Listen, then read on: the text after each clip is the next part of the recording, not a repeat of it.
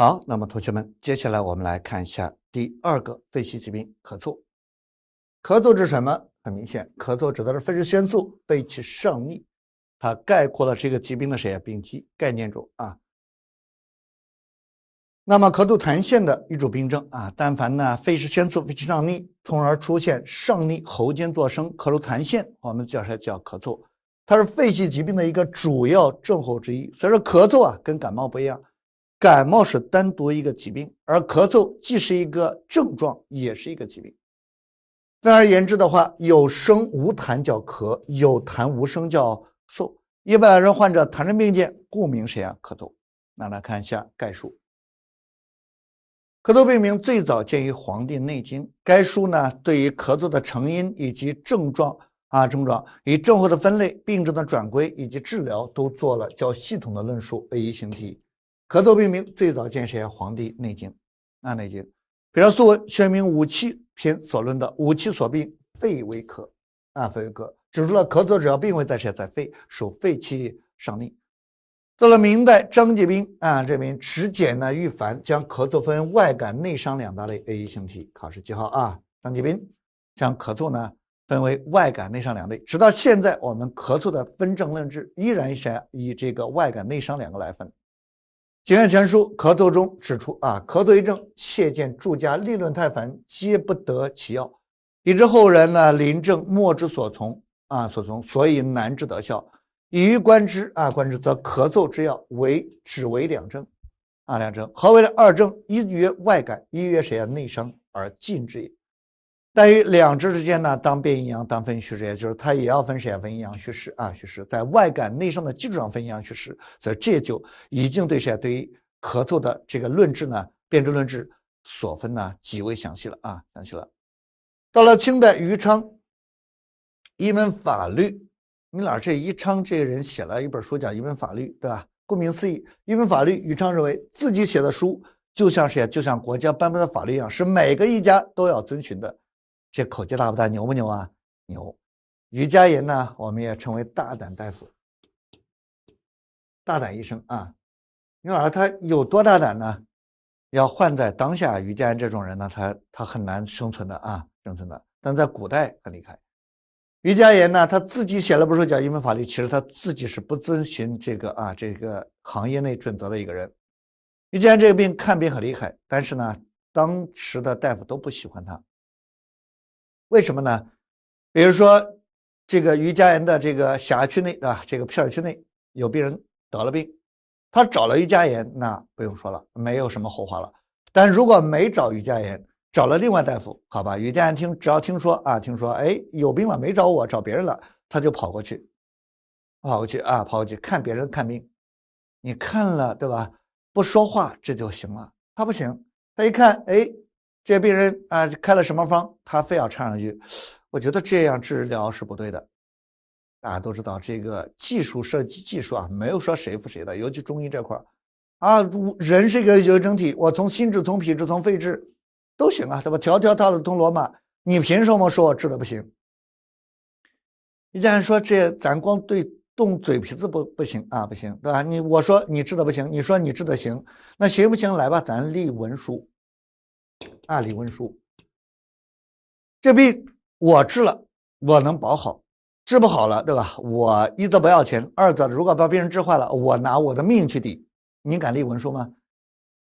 这大夫就想神经病对吧？我看个病我还得立个文书，万一把病人治死了，我还得自己命搭进去，谁干所以说人家只能把这个病号让给余家言，人家就走了走了。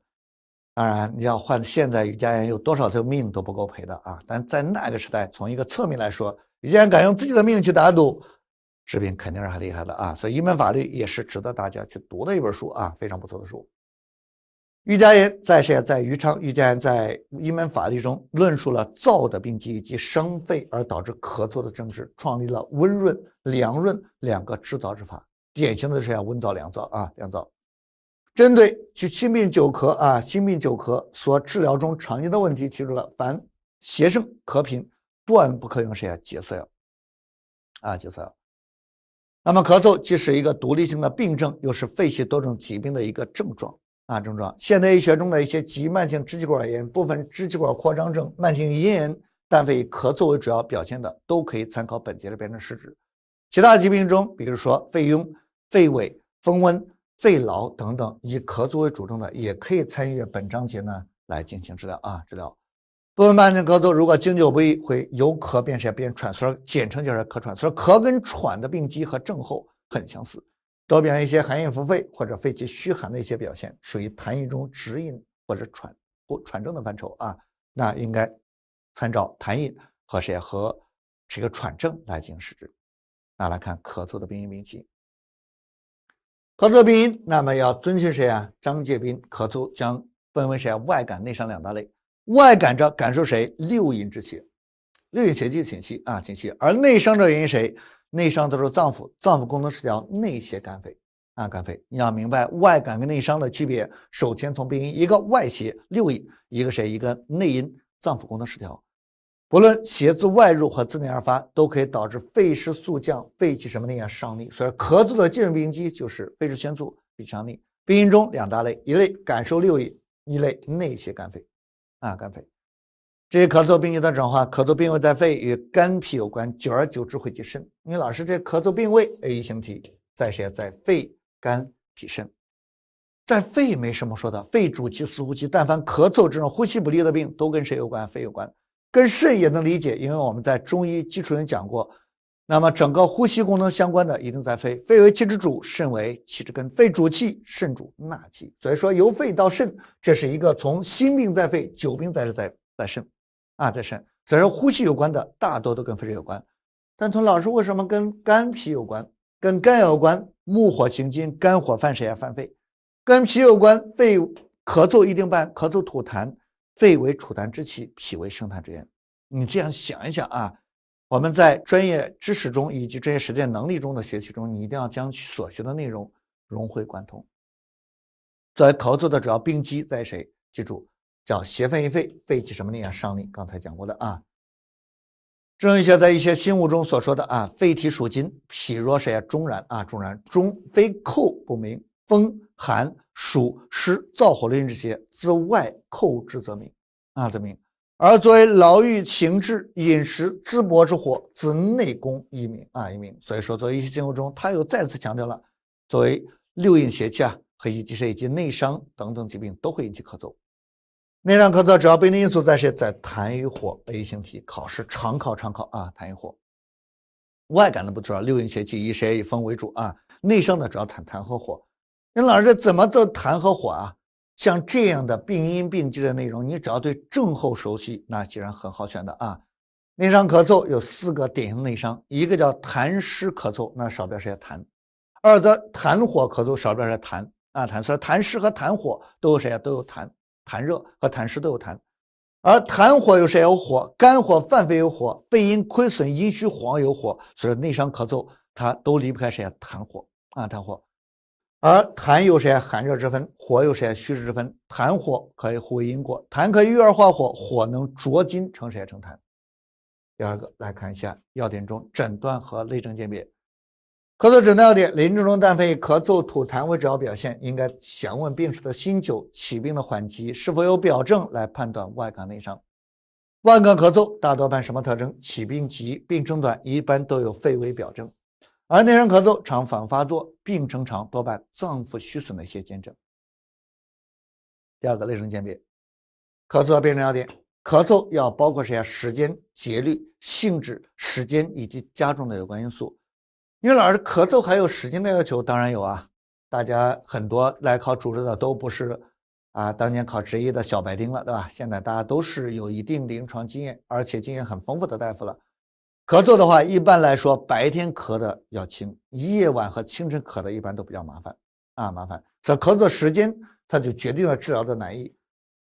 一些咳嗽的节律、性质、声音加重都能判断咳嗽感受的邪气或者性质的不同。那来看，比如说第一个时间咳，若咳声始作，白天多于夜间，咳而声巨声重，甚至夜阳则咳者，多为外感风寒、风热和风燥，都是外感咳嗽特征。白天咳的大多外感，好不好治好治。若咳声嘶哑，病是急而病程短者，多为风寒风热或风燥；如果病是缓而病程长者，多为阴虚或气虚。如果咳声粗浊的，大多是风热或痰热伤津所致啊所致。这是第一个，夜间白天多于夜间啊夜间。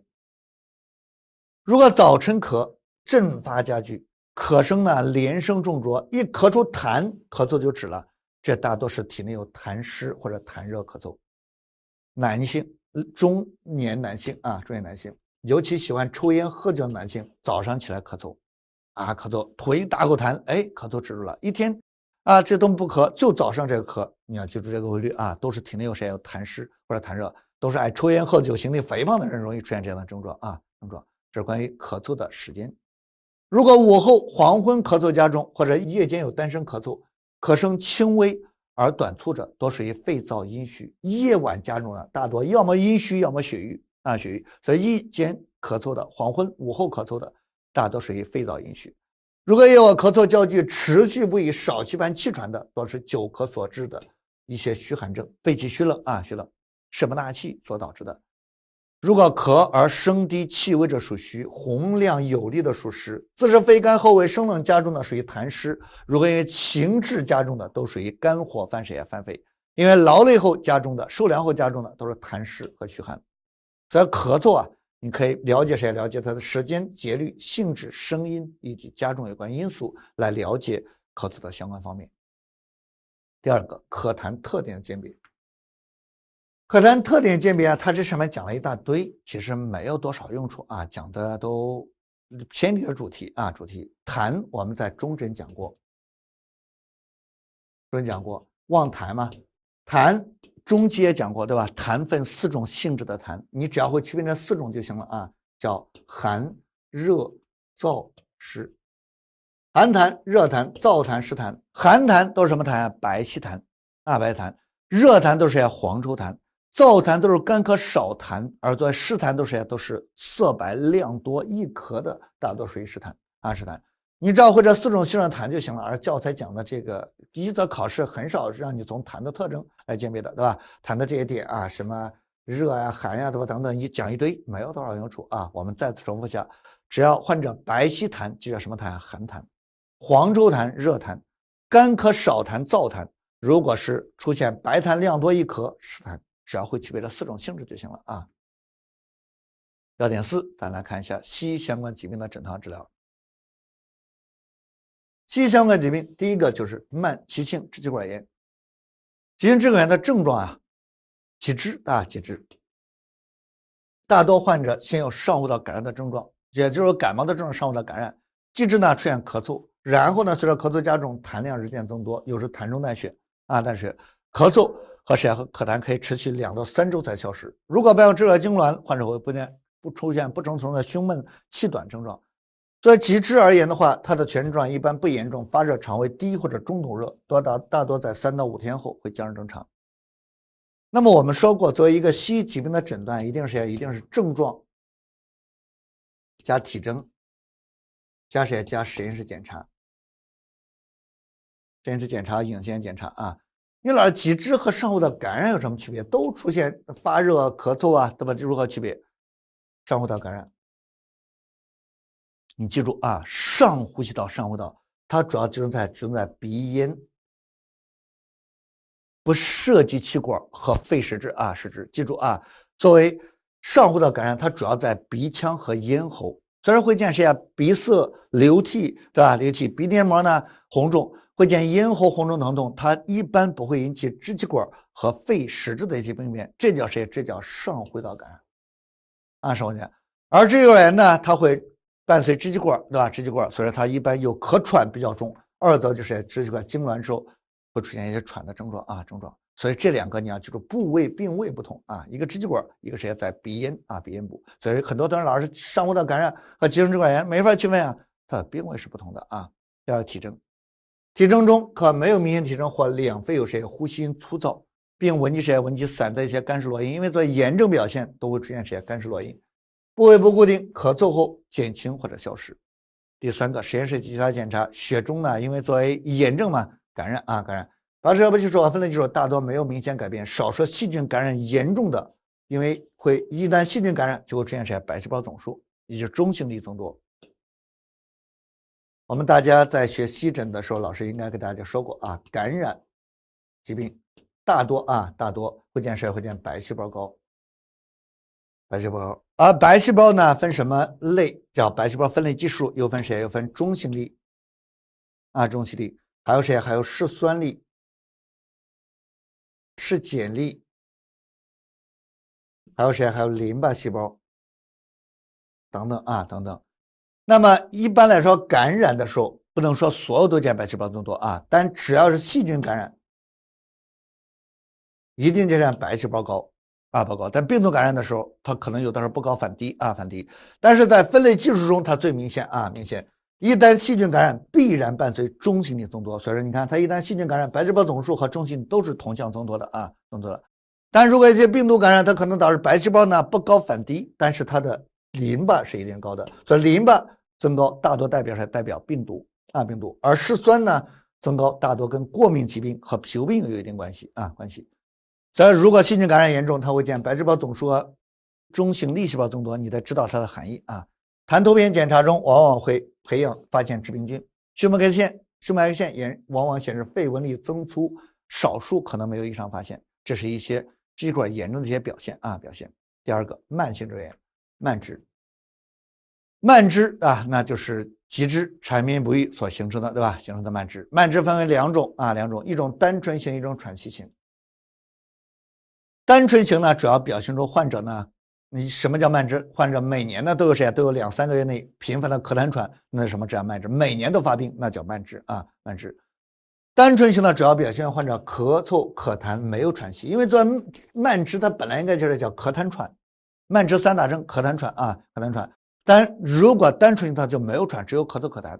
喘息型呢就是3大症：咳痰喘咳痰喘。所以这要区分也很容易容易。慢支、单纯和喘息两种症状中，作为慢支就3大症：咳、痰、喘咳痰喘，起病缓慢，病程较长，反复发作，病情呢逐渐加重。起初常在寒冷季节呢出现，夏天呢自然缓解，病久之后可以中年发病发病，这是第一个发病的一般特征。咳嗽的特征一般是在白天程度较轻，早晨较重，临睡前出现阵阵咳嗽和排痰多以清晨较多较多。痰液呢一般呈现白色粘液或者一些浆液泡沫痰，质稠呢不易咳出量不多，偶尔可带有些血液。急性发作期的时候往往是些脓性痰，因为它一旦这个慢支急性发作感染指标，那就是出现脓痰黄稠痰，痰量可以明显增加，会伴一些发热等炎症表现，或咳、痰、喘等症呢，任何一个症状明显加重都代表急性期的来临。临床缓解期呢，症状基本消失，或者偶有一些轻度咳嗽，少量的一些咳痰第二个体征，本病早期呢大多没有体征急性发作期的时候，一些肺部底的一些湿络因和干性络因为散结性的，咳嗽之后可以减轻或消失。如果喘息型的慢支在咳嗽和深吸气之后，可以闻到一些哮鸣，所以它有喘息型的和哮喘非常像，治疗哮喘非常像。发作时有广泛的湿络因和哮鸣。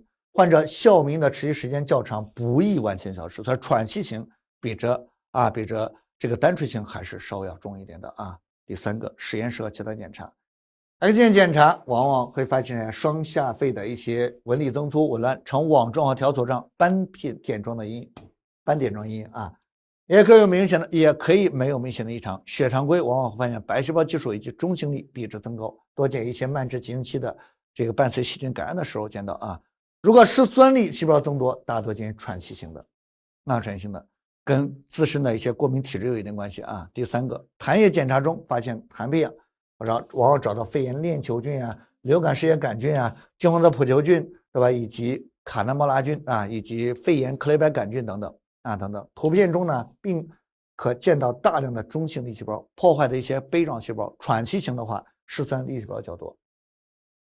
这咱讲完了讲完了，同学需要跟我回顾一下作为急支慢支怎么诊断？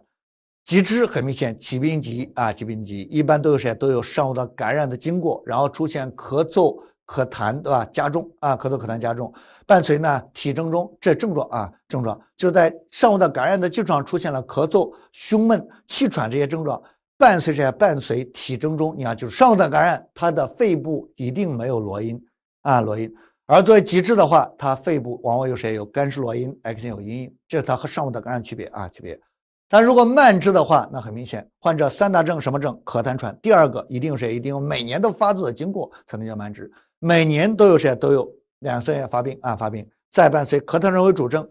至于实验室检查和这个影像检查，体征都和极致差不多，都是肺部有谁？有干湿裸阴 ，X 线有谁啊？有炎症的有一些这个炎症的肺动力增粗这些阴影，白细胞计数和中细的增高，对吧？等等这些特征。所以极致慢支就说这么多，要会诊断啊，诊断一定要和急性上呼的感染来鉴别。第二个鉴别诊断，极致让和流感来鉴别。流行性感冒啊，呼吸道症状呢较轻，全身症状较重，见寒战、高热、肌肉酸痛、乏力这些症状，一般都有流行病学病史啊，就在短时内大量的发病啊，大量的病人发病，必须根据病毒和血清学的检查结果来进行诊断。第二个，慢支让和肺结核来鉴别。活动肺结核呢，往往有结核的中毒症状。什么中毒症状呢？我们大家都知道，叫低热、盗汗、乏力、消瘦，对吧？低热、盗汗、乏力、消瘦啊，乏力、消瘦，这称为结核中毒症状。以及局部症状中，比如说低热啊，盗汗、乏力、消瘦、卡血这些症状啊。血分科线 CT 往往会发现肺部的一些病灶，痰结核菌培养是呈阳性的啊，痰菌培养。只要能培养出结核菌，那这个慢支和肺结核那是很好区别的。从这一点我们可以看出啊，在整个西医的疾病诊断中和鉴别诊断中，症状不起决定因素，起决定因素的一定是靠谁？靠实验室和影像检查。老年肺结核的中毒症状不明显，常被谁慢支所掩盖啊，所掩盖。这种呢，应该特别注意在影像学和实验室检查的结果上进行相应的鉴别。第三个，产生慢支让和支气管哮喘来鉴别。支气哮喘呢，起病年龄较轻，常有个人或家族过敏史。所以支气哮喘它是一个在气道高反应体质因素的情况下诱发的啊，所以常有个人或者家族的一些过敏史，发病的季节性较强，一般都在春季居多。过敏因素嘛，一般没有慢性的咳嗽咳痰史，临床中以发作性的喘息为特征。什么叫发作性喘息？突然发病，突然好转啊，好转，两肺满布什么炎？哮鸣。病情缓解后，大多没有任何症状和哮鸣。而作喘息慢支多见于中老年人，所以一个年轻人，一个中老年人。支气哮喘多发于青少年啊，青少年，而作为喘息慢支多发于中老年人，一般以咳嗽、咳痰伴喘息以及哮鸣为主要症状。喘息在感染控制后可以缓解，但肺部裸阴会持续存在。它跟支气哮喘不一样啊，支气哮喘它的肺部裸阴啊，肺部裸阴缓解后就没有了啊，而作为慢支的话，它的肺部裸阴会持续存在，两者的不同点记清楚。第四个，慢性肉炎让和支气扩张来鉴别。支气扩张呢，多继发于儿童或者青年期的一些麻疹、肺炎或者百日咳后，有反复的咳嗽、大量浓痰和卡血症状。支气管扩张往往伴随咳嗽、卡痰和卡血啊，卡血。肺下部一侧往往会听到不为固定的一些湿裸音，并可见肺外的症状什么症状？杵状指。杵状指大多见谁？见于肺癌啊、支扩啊，对吧？这些病啊，杵状指。胸脉线往往发现肺纹理增粗紊乱，严重的会见卷发中阴影。胸部 CT 往往和支气管造影往往发现支气管呈谁？呈柱状或者囊状扩张。是慢支还是支气扩张？在影像检查下，那是一览无遗的啊，一览无遗的。所以这个主要靠影像检查来进行鉴别。第六个，慢支让和肺癌来鉴别。肺癌多见于40岁以上的长期吸烟者啊，吸烟者，这和慢支的发病性质、发病人群很相似。